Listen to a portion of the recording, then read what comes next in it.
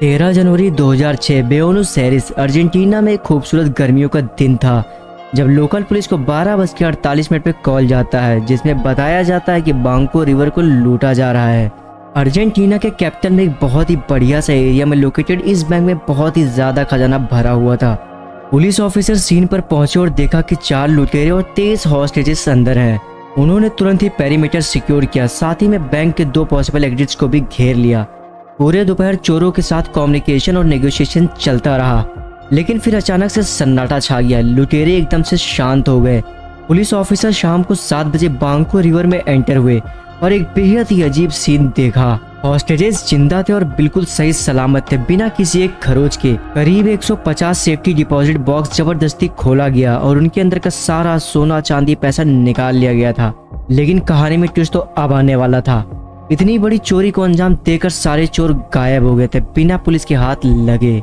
चोरों का कोई निशान नहीं था, कोई खिड़की नहीं टूटी थी और सारे एग्जिट पुलिस की निगरानी में थे पूरे वक्त। तो सवाल उठता है, कैसे ये लुटेरे बैंक से गायब हो गए बिना किसी के हाथ लगे। और आज ये चोरी द रॉबरी ऑफ सेंचुरी कहलाता है। आखिर कैसे वो 100 से भी ज्यादा पुलिस ऑफिसर्स को चकमा देकर वो कैसे भाग गए। तो चलिए आज मैं इन्हीं सवालों को जवाब लेकर आया हूँ और मैं आपको ये बता दे रहा हूँ कि आगे अभी वीडियो में आप देखेंगे कि ये चोरी किसी नेटफ्लिक्स मूवी से कम नहीं थी। इस चोरी को अंजाम देने वाले चोर बहुत ही ज्यादा शातिर और बहुत ही ज्यादा काबिलियत वाले थे, जो आपको एकदम सोचने पर मजबूर कर देंगे और आपको एकदम चौंका देंगे। बांको रियो, जो अब बांको सतांदर रियो के नाम से जाना जाता है, अर्जेंटीना के लीडिंग फाइनेंशियल इंस्टीट्यूशन में से एक था। उसके ब्रांचेस पूरे कंट्री में मौजूद है। इसी का एक ब्रांच सैन इसिद्रो बुएनस एयर्स के नदन सबब्स के काम वेल्दी नेबरहुड में थी। लेकिन आखिर सैन इसिद्रो कितना अच्छा था। नेबरहुड के पास 2 गोल्फ कोर्सेस, एक सेलिंग क्लब और एक जॉकी क्लब है। आप वहाँ के रेजिडेंट्स को लेविश लाइफ स्टाइल एंजॉय करते हुए देख सकते हैं।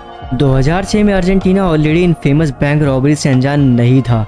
एक्चुअली कुछ साल पहले एक हाइस्ट ने नेशन को चौंका दिया था और तो और इस चोरी ने ही बांको रियो हाइस्ट को इंस्पायर किया था।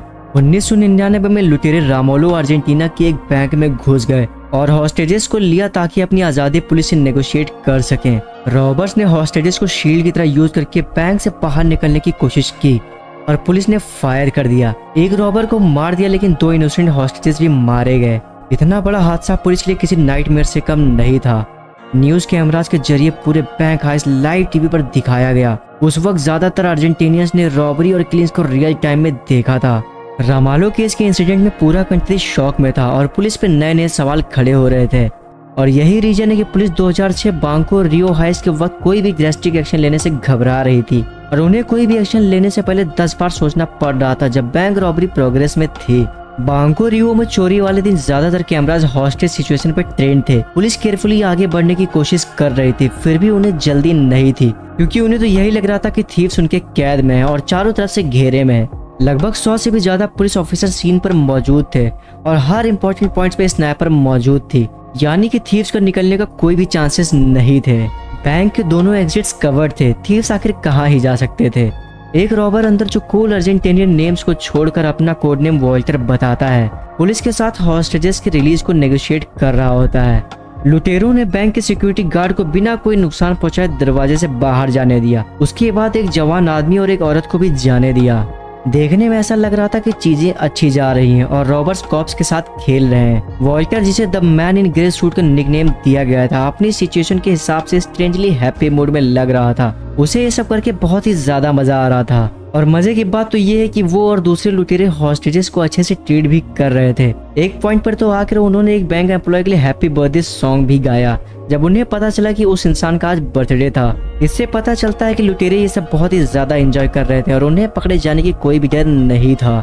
बाद में लगभग 3:30 पे वॉल्टर ने पुलिस को कॉल करके एक कंप्लेन किया कि 23 रिमेनिंग हॉस्टेजेस भूखे और उन्हें पिज्जा चाहिए और इस कॉल के बाद लाइन बिल्कुल साइलेंट हो गई। आखिर बांको रिवर के अंदर हो क्या रहा था। 3 घंटे वॉल्टर के उनके घोस्ट करने के बाद पुलिस को कोई आइडिया नहीं था कि क्या करना है। उन्हें समझ में नहीं आ रहा था क्या वो बैंक के अंदर जाएं, हॉस्टेजेस को खतरे में डालते हुए एक और रामालो लाइक सिचुएशन बनाते हुए। जैसे एक नीडी एक्स उन्होंने वॉल्टर को कांटेक्ट करने की कोशिश की। बहुत कॉल्स करने के बाद भी लुटेरों ने फोन नहीं उठाया। फाइनली स्पेशल फोर्सेस रेडी हुई और जबरदस्ती बैंक में घुस गए और वहां पहुंचकर उन्होंने बेहद ही चौंका देने वाला मंजर देखा। 23 हॉस्टेजेस 3 अलग अलग फ्लोर्स पर कैद किए गए थे, लॉबी, मेज़ेनाइन और बेसमेंट कॉन्फ्रेंस रूम में, और लुटेरे गायब थे। पुलिस ने डबल चेक करने के लिए सारे हॉस्टेजेस की तलाशी ली, कहीं वो हॉस्टेजेस में तो नहीं छुप रहे हैं। लेकिन उसके बाद बेसमेंट में घुसते ही उन्हें समझ में आ गया कि लुटेरों का असली टारगेट तो कुछ और ही था। बेसमेंट में मौजूद 400 reinforce steel safe deposit boxes में से 143 को तोड़ा गया था। लेकिन आखिर चोरों ने बैंक से कैश क्यों नहीं चुराया? उस टाइम ज्यादातर अर्जेंटीनियंस कंट्री के बैंकिंग सिस्टम पर ट्रस्ट नहीं करते थे, क्योंकि 2006 के इकोनॉमिक क्राइसिस के दौरान बैंकिंग सिस्टम कोलैप्स हो गया था और जिन लोगों का ज्यादा पैसा बैंक अकाउंट में था उनका सारा पैसा डूब गया था। बैंक अकाउंट में पैसों को सस्पिशियसली देखते हुए जैसे आज लोग बिटकॉइन को देखते हैं, अर्जेंटीनियंस ने डिसाइड किया कि वो सिर्फ सेफ डिपॉजिट बॉक्सेस यूज करेंगे बैंक्स में, जो कि क्राइसिस इवेंट में वाइप आउट नहीं हो सकते थे। इन सेफ गार्डेड बॉक्सेस में अर्जेंटीनियंस ने अपने कैश, ज्वेलरी और दूसरे वैल्यूएबल आइटम्स रखे जो इमरजेंसी के वक्त रिक्लेम कर सकते थे। गिवन की San Isidro exceptionally rich neighbourhood था, इस particular branch of Banco Rio को सेफ डिपॉजिट बॉक्सेस में बहुत ही ज्यादा खजाना था। ऑफिसर्स ने जब इतने सारे बॉक्सेस को फोर्सफुली ओपन देखे तो उन्होंने चोरों के छोड़े हुए कुछ सबूत भी पाए। एक बैटरी पैक, एक टूल जो पुलिस ने एज्यूम किया बॉक्सेस को तोड़ने के लिए यूज हुआ था, और साथ में ही उन्हें टॉय गन्स भी मिली। जी हाँ, आपने एकदम सही सुना, लुटेरों ने इस एपिक बैंक हाइस्ट को बिना असली वेपन यूज किए ही लूट लिया था। कुछ भी कहो यार, चोर वाकई में बहुत ही ज्यादा हिम्मत वाले और शातिर थे। पुलिस को जो लास्ट आइटम मिला वो सबसे ज्यादा सोचने पर मजबूर कर देने वाला था। रॉबर्ट्स ने एक नोट छोड़ा था जिस पर लिखा था, in a neighbourhood of a rich people without weapons और grudges, it's just a money not a love. पूरी कंट्री में अर्जेंटीनियंस नेटफ्लिक्स की कमी के कारण घंटों तक टीवी पर रॉबरी को होते हुए देख रहे थे, और अब उन्होंने देखा कि लुटेरों ने इम्पॉसिबल एस्केप भी कर लिया है। पब्लिक ओपिनियंस और र्यूमर्स अर्जेंटीना में ऑलमोस्ट इमीडिएटली रॉबर्ट्स को रॉबिन हुड की जैसा हीरोज डिपेक्ट कर रहे थे। आफ्टर ऑल उन्होंने अमीरों से चुराया था, किसी गरीब का धन नहीं लूटा था, किसी को भी नुकसान नहीं पहुंचाया, और ये सब अर्जेंटीनियंस के लिए किसी भी मूवी से कम नहीं था। लेकिन फिर भी इन चोरों की चोरी हद से ज्यादा अमेज करने वाली थी। तो ये सब कुछ किसने किया था, और उन्होंने ऐसे परफेक्ट हाइस्ट को कैसे अंजाम दिया, और कैसे बिना पकड़े भाग गए? इन सब का मास्टरमाइंड एक आदमी था जिसका नाम फर्नांडो अरोहो था। रोमालो बैंक हाइस्ट ने अरोहो पे एक इम्प्रेशन छोड़ा था। जो सोचता था रॉबर्ट्स ने almost perfect heist pull off किया था, लेकिन सब कुछ एंड में बिगाड़ दिया जब उन्होंने भागने की कोशिश की। एक दिन जब अरोहो कुछ नशे करने के बाद अपने फ्रेंड के साथ बात कर रहा था, उसने सोचा और कहा, क्या हो अगर लुटेरों को कभी दरवाजे से निकलना ही ना पड़े? क्या हो अगर वो एक होल के थ्रू गायब हो जाए?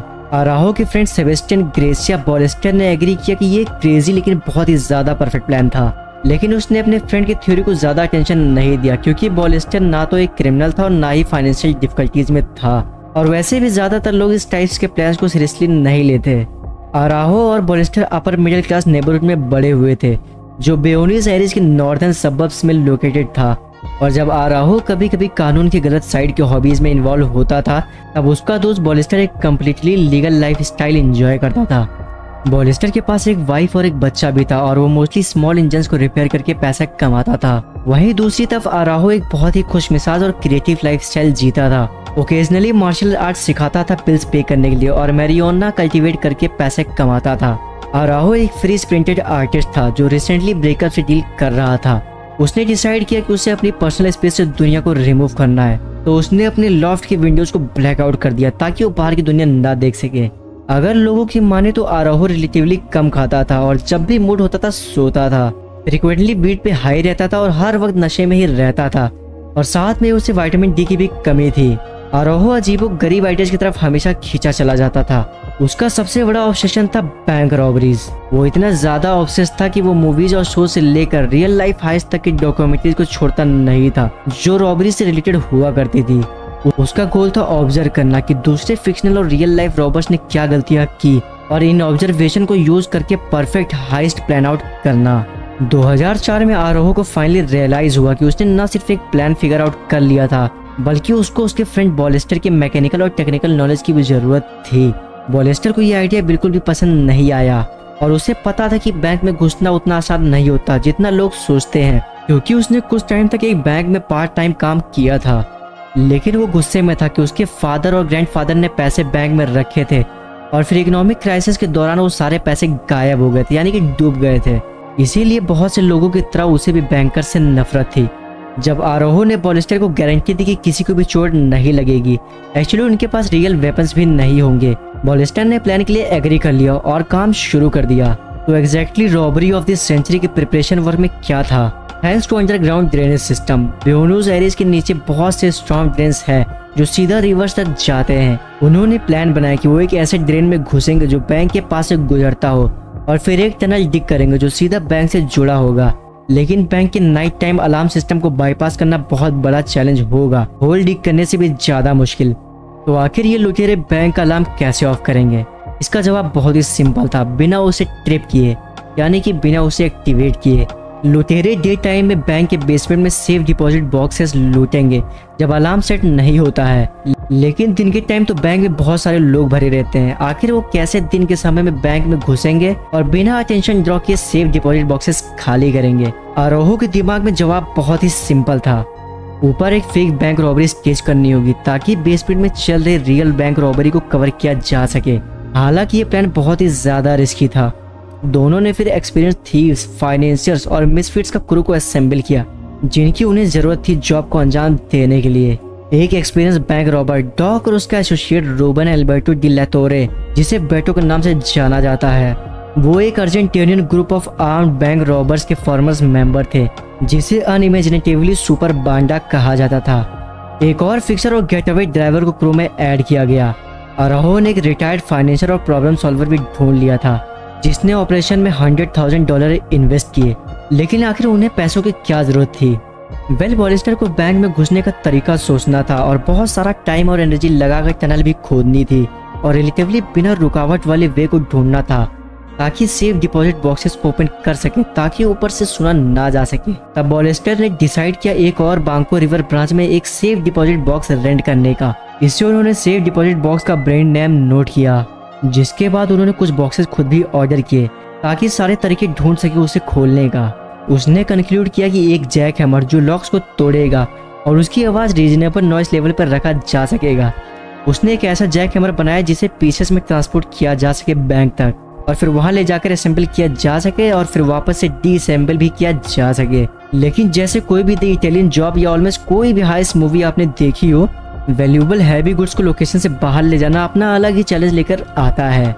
जैसा कि चोर चोरी करने के बाद पानी से भरे डेंस में वापस कूदने वाले थे, इसलिए सामान को जोडियक बोट्स में ले जाना अच्छा आइडिया लगा। लेकिन वाटर लेवल यूजुअली इतना लो था कि सामान से भरे बोट्स को होल्ड नहीं कर पाता। हालांकि पानी भरने के लिए बॉलिस्टर बारिश तो नहीं कर सकता था, इसलिए उसने नेचुरली डिसाइड किया कि अपनी दुकान में एक वुडन डैम बनाएगा और उसके बाद उसे डीअसेंबल करेगा और स्ट्रॉन्ग ड्रेन्स में ले जाकर उसे वापस से कई दिनों तक रीअसेंबल करेगा। हाइस्ट वाले दिन सुबह 7 आदमी कॉफी के लिए एक जगह पर मिलते हैं क्योंकि आम लोगों की तरह चोरों को भी अपना दिन शुरू करने के लिए कॉफी चाहिए होता है। और फिर वो सारे कॉफी पीने के बाद आज तक की सबसे बड़ी चोरी को अंजाम देने के लिए चल पड़े। बॉलिस्टर स्टॉर्म ग्रेन्स की तरफ गया ताकि बैंक के नीचे रास्ता बना सके। जूलियन जेलुस केवरिया गेटअवे कार को प्री अरेंज मीटिंग स्पॉट तक लेकर गया। वितेते और एक मिस्ट्री मैन नेम्ड लुइस उर्गियान एक चोरी की कार लेकर बैंक के गैराज के नीचे गए। बेटो और डॉग बैंक में पहले घुसे। बेटो एक टॉय गन को हाथ में बड़े स्टाइल से घुमाते हुए बैंक के अंदर एंट्री लेता है जो उसने सुबह अपने 9 साल के बेटे से चुराई थी। शॉकिंगली ये काम कर गया और बैंक में सब लोग तुरंत फ्लोर पे गिर गए। आरोहो ने एक और चोरी की कार जानबूझकर बैंक के बाहर छोड़ी ताकि वो एक गेट अवे व्हीकल लगे और इससे पुलिस को लगे कि उन्होंने रॉबर्स का एस्केप प्लान ढूंढ लिया है। आरोहो भी बैंक में घुस गया, एक baseball cap, ski mask, long blond wig और सनग्लास पहने हुए। इतनी देर में बॉलिस्टर टनल के एक एंड तक पहुंच गया था जो उसने डिग की थी और बैंक के नीचे अंधेरे में बैठकर चिल कर रहा था। डॉग नीचे गया, बेसमेंट वॉल को तोड़ा जो बैंक को बॉलिस्टर के टनल से अलग कर रही थी और बॉलिस्टर को रॉबरी में मदद करने के लिए अंदर घुसने दिया बिना किसी को बैंक के अंदर पता चले। वितेते ने वॉल्टर का पर्सोना ले लिया पुलिस से डील करने के लिए जो अभी आए थे ताकि पुलिस को लगे कि रॉबर्स एक हाइस्ट में फंस गए हैं। आरोहो का प्लान समवॉट ब्रिलियंट था। लुटेरे बेसिकली ऊपर एक विजिबल बैंक रॉबरी स्टेज कर रहे थे ताकि बेसमेंट में चल रही इनविजिबल रॉबरी को कवर किया जा सके। वितेते ने कुछ हॉस्टेजेस को एक के बाद एक रिलीज करना शुरू कर दिया था ताकि पुलिस को लगे कि उनका अपर हैंड है और वो नेगोशिएशंस के थ्रू बाकी हॉस्टेजेस को भी ले सकते हैं। पूरे क्रू को पहले ही समझा दिया गया था कि उनके पास 2 घंटे हैं घुसने और निकलने के लिए। बॉलिस्टर ने अपना जैक हैमर बेसमेंट में असेंबल किया और अपना 1 घंटा आधा सेफ डिपॉजिट बॉक्सेस ओपन करने में लगाया। जब वितेते को आरोहो से सिग्नल मिला नीचे आने का, उसने कॉप्स को पिज्जा ऑर्डर करने को बोला और फिर बेसमेंट में चला गया, हॉस्टेजेस को ये कहकर कि वो उन्हें कैमरे से देख रहे हैं और जैसे कोई हिलता है वो उन्हें मार देंगे। बेटो और वितेते ने बॉलिस्टर को खजाने के बैग्स को भरने में मदद की, जबकि आरोहो और डॉग ने ब्लीच स्प्रे की ताकि कोई देने ना बचे और बार्बर शॉप से लाए हुए ढेर सारे बाल फ्लोर पर गिरा दिए ताकि पुलिस को और भी कंफ्यूज किया जा सके, जैसे आप बैंक हाइस में करते हैं। जब लुटेरे पॉलिस्टर के द्वारा खोदी गई टनल से एग्जिट किए, उन्होंने टूटी हुई दीवार के सभी एविडेंस साफ कर दिए और होल को एक लार्ज हैवी कैबिनेट के पीछे छुपा दिया। सारे बोट में बैठ गए, बट अनफॉर्चुनेटली बोट का मोटर खराब हो गया था, इसलिए उन्होंने पैडल मारना स्टार्ट किया, जो आरोहो पहले से ही सोच कर लाया था कि ऐसा कुछ हो सकता है, जो कि ये भी साबित करता है कि आरोहो और बॉलिस्टर ने किस लेवल की थिंकिंग की होगी। लुटेरे पैडल मार मार के 10 ब्लॉक्स दूर आ गए गेटअवे के पास, जहाँ वैन पहले से ही खड़ी हुई थी और उन्होंने वहाँ पर एक पुलिस सिस्टम पहले से ही लगा के रखा था, जो कि सारे बैग्स को ऊपर खींचने वाला था और उन्होंने सारे बैग्स को एक एक करके ऊपर खींच लिया और उसके बाद इन शातिर चोरों का ग्रुप वहां से भाग गया, जबकि पुलिस तो अभी भी यही सोच रही थी कि उन्होंने बांको रियो में बैंक रॉबर्स को घेर रखा है। जब पुलिस ऑफिसर्स बैंक के अंदर गए, रॉबर्स तब तक तो अपने घर पहुंच गए थे और लाइव टीवी पर अपनी चोरी को लाइव देख रहे थे, फाइनली अपनी लॉन्ग अवेटेड पिज्जा खाते हुए, बॉलिस्टर being one of the smartest of the group और ये सोच के कि क्रेडिट कार्ड सबसे यूजलेस होंगे वैल्यूएबल्स में, क्योंकि उन्हें कैंसिल किया जा सकता है। उन कार्ड्स को बहुत सारे रोड्स में बिखरा देता है, जो कि गैंग के एक्चुअल रूट से बहुत ही दूर और अलग था। इससे न आप चोरों का कोई क्लियर ट्रेल मिल सकता था, बल्कि उन्होंने ये करके पुलिस को बहुत ज्यादा मिसलीड कर दिया, क्योंकि हर बार जब कोई पासर बाई क्रेडिट कार्ड को उठाता और उसे यूज करने की कोशिश करता था, तब पुलिस को उन्हें ट्रैक करना पड़ता था और देखना पड़ता था कि क्या वो इसमें इन्वॉल्व है। फ्रस्ट्रेटेड, टायर्ड और बिना किसी लीड के पुलिस को रियलाइज हुआ कि उन्होंने टीवी पर पब्लिकली ह्यूमिलेशन झेली है। लेकिन वेट अ मिनट, अगर रॉबर्स बच गए थे तो हमें कैसे पता चला कि इस क्राइम में कौन कौन शामिल था और किसका क्या नाम था, और ये सारे प्लान्स के बारे में हमें कैसे पता चला? जैसे अक्सर जिंदगी में होता है, इवन सबसे ज्यादा केयरफुली डिजाइन किया हुआ प्लान भी एक डम ईगो सेंट्रिक मिस्टेक से खराब हो सकता है। सेम वही चीज यहाँ भी हुई। जब बेटो ढेर सारा खजाना अपने घर लेकर आया, उसने अपनी वाइफ एलिसिया से लंबी लंबी हाँकी कि उसने और उसके दोस्तों ने बांको रिवर को रॉब किया है। लेकिन आपको बता दें कि बेटो की एक बहुत ही गंदी आदत थी वो अपने पार्टनर को चीट करने की। वो फ्रिक्वेंटली एलिसिया को चीट करता था और ये इन्फॉर्मेशन एलिसिया से इतनी आसानी से डिस्क्लोज करना शायद बेस्ट आइडिया नहीं था। जब कुछ कीमती सामान घर से गायब हो गया, बेटो और एलिसिया के बीच एक बहुत ही बड़ा झगड़ा हुआ, जो पूरे हाइश को दुनिया के सामने लाने की शुरुआत बनी। 5 हफ्ते के बाद बेटो को पुलिस ने पकड़ लिया जब वो अपनी मिस्ट्रेस के साथ ड्राइव कर रहा था। अपैरेंटली एलिसिया ने पुलिस को पूरी कहानी बता दी थी हाइस्ट की, और बेटो, आरोहो, बॉलिस्टर, वितेते और जेलो स्केवरिया को रॉबर्स के रूप में आइडेंटिफाई कर दिया था, क्योंकि उसने उन्हें अपने गैराज में गेटअवे वैन पर काम करते हुए देखा था। एलिसिया ने डॉक और मिस्टीरियस उरुगियान लुइस की तरफ फिंगर्स पॉइंट नहीं की, क्योंकि उसने कभी उन्हें अपने घर में नहीं देखा था। सब चोरों का ट्रायल हुआ और उन्हें जेल भेज दिया गया। हालांकि इस बात को बहुत लंबा टाइम हो चुका है, हालांकि अब ज्यादातर जेल से छूट गए हैं क्योंकि उन्होंने अपनी सजा पूरी कर ली है। लेकिन ये सारे मेंबर्स अभी भी बेटो से बहुत ज्यादा चिढ़े हुए हैं, क्योंकि न बेटो ये सब बात एलिसिया से बताता, न वो पकड़े जाते और आराम से अपनी जिंदगी जी रहे होते बिना पकड़े गए। हालांकि उनका ये डेयरिंग हाइस्ट अभी भी अर्जेंटीना में बहुत ही ज्यादा पॉपुलर है। तो आप लोगों का इन चोरों के बारे में क्या कहना है, मुझे कमेंट्स करके जरूर बताइएगा। मैं आपके कमेंट्स को पढ़कर उनके जवाब जरूर दूंगा। और इन सारे चोर में से आपका पर्सनल फेवरेट चोर कौन सा रहा, ये भी मुझे कमेंट करके जरूर बताइएगा। Thanks for watching, bye bye, see you.